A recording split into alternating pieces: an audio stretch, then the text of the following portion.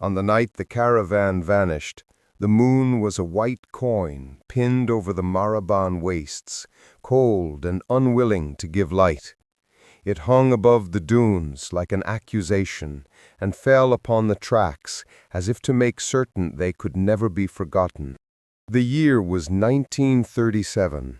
The route ran between the ruined Kasbah of Kalbiat and the salt town of Sari al-Nur, a 2-day crossing known to caravaneers as mercilessly honest, sand, wind, and a sky that stripped a man of his small comforts. The party left Kalbiat at dusk on 14 July 1937, 14 camels, 2 carts, and 107 souls recorded in the manifest of the merchant caravan known as the Wadi Safran. Its leader, Jalil Haroun of Sari al-Nur, was a man of steadiness and a brass watch that never left his wrist. A child named Sana al-Basri carried a clay doll bound with red thread.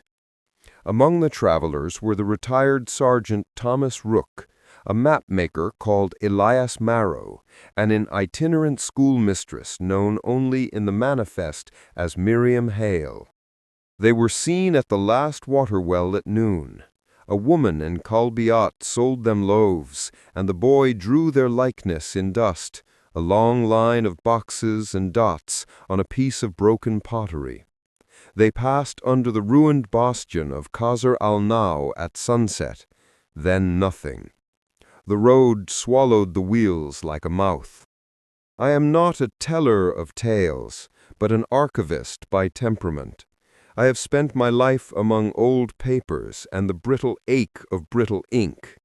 It was my work that took me, in the winter of 1953, to the library at Sari al-Nur, where a chance volume mentioned the Wadi Safran caravan in a single sentence and a footnote. The footnote, scrawled in a hand older than the curator who owned it, suggested there had been a search recorded by a colonial commission, and then, abruptly, a cessation of paperwork. The commission's notebook stopped at the 13th page. What followed was not the sort of truth that comforts.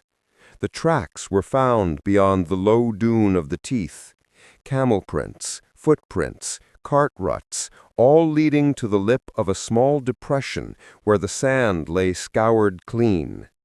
There were no bodies, no torn cloaks, no blood. Only a circle of dry footprints and a child's slate with a map, carved in chalk with a hand too steady for a child. On the slate, someone had written in the same small hand, "Do not look for us where the moon does not remember." Close to that depression, a line of stones had been arranged like the teeth of a crown, and inside the crown the sand was unnaturally cool, as if the earth itself had exhaled and forgotten to warm it again. The report, filed and then misplaced, notes the presence of masked figures seen by shepherds near Qasr al-Naw in the days afterward, men and women in hides, with stitched animal faces, carrying bells and dark blades. The shepherds offered descriptions that were never corroborated, and then their pen stopped delivering transcript. One shepherd later insisted he had seen 30 children playing, older than their looks, with polished bones and porcelain marbles that glowed faintly by starlight.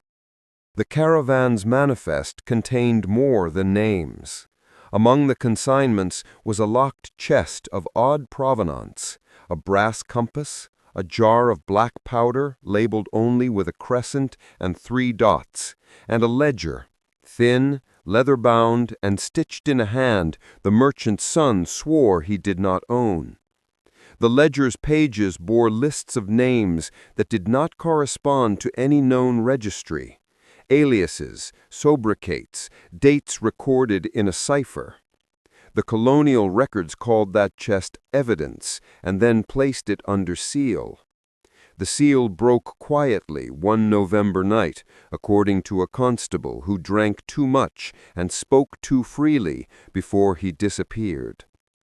I found what was left of the ledger in 1954. It had been sold by a man with a long scar across his face, who said he had found it beneath a floorboard of the ruined caravan house at Sari al-Nur. He sold it to me for £5 and a promise that I would not reveal how he came by it. He would not take my refusal as a refusal. He needed the coin, and thus the ledger came to me. The cover smelt faintly of camphor and the sea. Within, beneath lists of mercantile affairs, were entries that read like rights. Names were listed as one would list provisions, each followed by a notation I could not at first decipher. A small glyph, a half-moon canted into a smile, and a word. The word alternated, silent, returned, awaiting. The majority read silent. The carved child's slate, which I had kept folded in my pocket since the low dune of the teeth, fell open to reveal the same glyph traced across the margin in the child's own slanted script. For weeks I followed whispers. I spoke to a woman named Hadia, who tended a lamp at the roadside shrine of Kalbiat. She told of a hidden operation that once passed through the country in the desert's bright years. Men from distant embassies in dark coats, and masked officers from provinces whose names are now smudged from the map. They called themselves keepers, and they were obsessed with the breach between things known and those best left to the sand. They had charts and a plan. Operation Nocturne, Hadia whispered.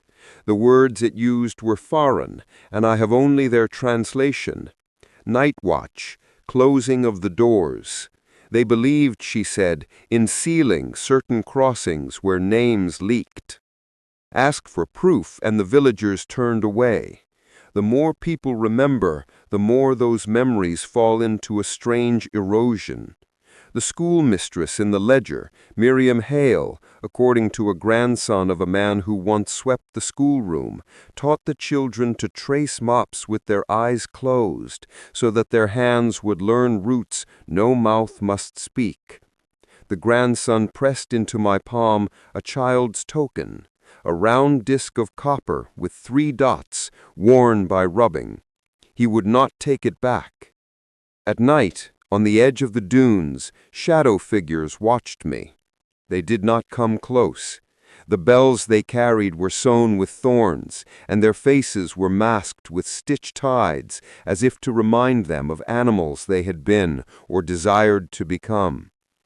Once, under a crescent waning, I crept into Qasr al-Naw and found a gathering.